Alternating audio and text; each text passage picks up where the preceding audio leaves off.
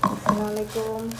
আজকে ইফতারে খুদের ভাত রান্না করবো, ভর্তা আর খুদের ভাত। এখানে রাইসটা একটু ভেজে নেব, আর এই চালটা আমি নিজে করছি ব্লেন্ডারে, বাসমতি রাইস দিয়ে খুদের ভাত করবো। এখন এটা আমাদের অল্প কিছু সবজি দিয়ে দিব। এখানে একটু ক্যাপসিকাম দিলাম আর একটু টমেটো একটু মোটা মোটা করে দিব, দিলে খুব মজা হয়।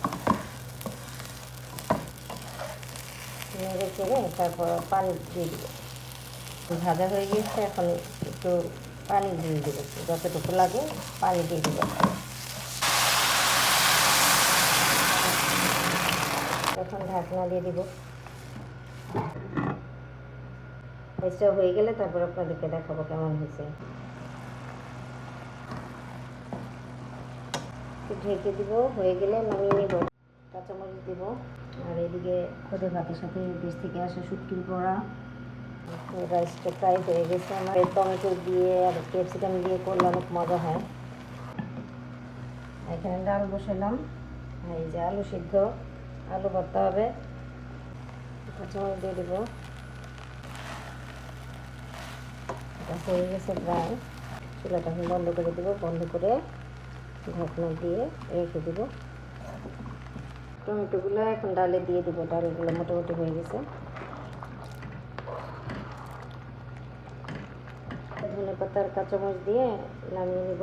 আর এই হলো আলু, আলু সিদ্ধ হোক, তাহলে এটাও ভর্তা বানিয়ে নেব। এদিকে একটু বড়া করে একটু গরম করে নিয়েছি। সব কিছু রেডি করে তারপর আপনাদেরকে দেখাবো কী কী করলাম। ডালটা প্রায় হয়ে গেছে, এখন নামাই নেব। এই যে এখানে বেগুন করতেছি। এই হলো আজকে খুদের ভাতের আয়োজন।